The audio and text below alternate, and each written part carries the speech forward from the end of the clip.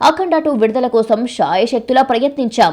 ఎంత ప్రయత్నించినా ఈ సమయంలో సినిమాను థియేటర్లకు తీసుకురావడం సాధ్యం కాలేదు అంటూ సోషల్ మీడియాలో పోస్ట్ పెట్టింది.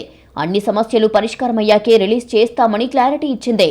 కొత్త విడుదల తేదీ వివరాలను త్వరలోనే ప్రకటిస్తామని 14 Reels Plus పోస్ట్ పెట్టింది. అఖండ 2 రిలీజ్ కోసం వరల్డ్ వైడ్ గా ఎదురు చూస్తున్న ఫ్యాన్స్, సినీ ప్రియులకు సినీ యూనిట్ హృదయపూర్వక క్షమాపణలు తెలిపింది. ఈ క్లిష్ట సమయంలో అండగా ఉన్న God of masses Nandamuri Balakrishna, దర్శకుడు బోయపాటి శ్రీనుకు ప్రత్యేక ధన్యవాదాలు తెలిపారు.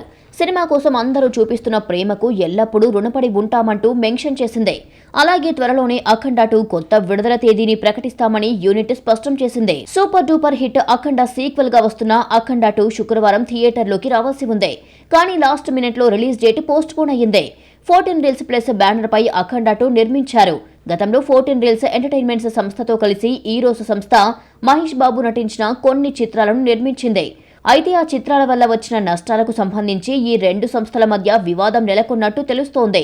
14 Reels ఎంటర్టైన్మెంట్స్ సంస్థ నుంచి తమకు 28 కోట్లు బకాయి ఉందని ఈ రోజు సంస్థ మద్రాస్ హైకోర్టును ఆశ్రయించింది.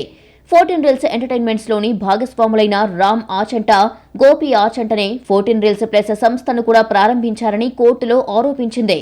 ఆ మొత్తం చెల్లించే వరకు అఖండ 2 సినిమాను నిలిపివేయాలని న్యాయస్థానాన్ని కోరింది. ఈ వాదనలతో ఏకీభవించిన కోర్టు స్టే విధించింది.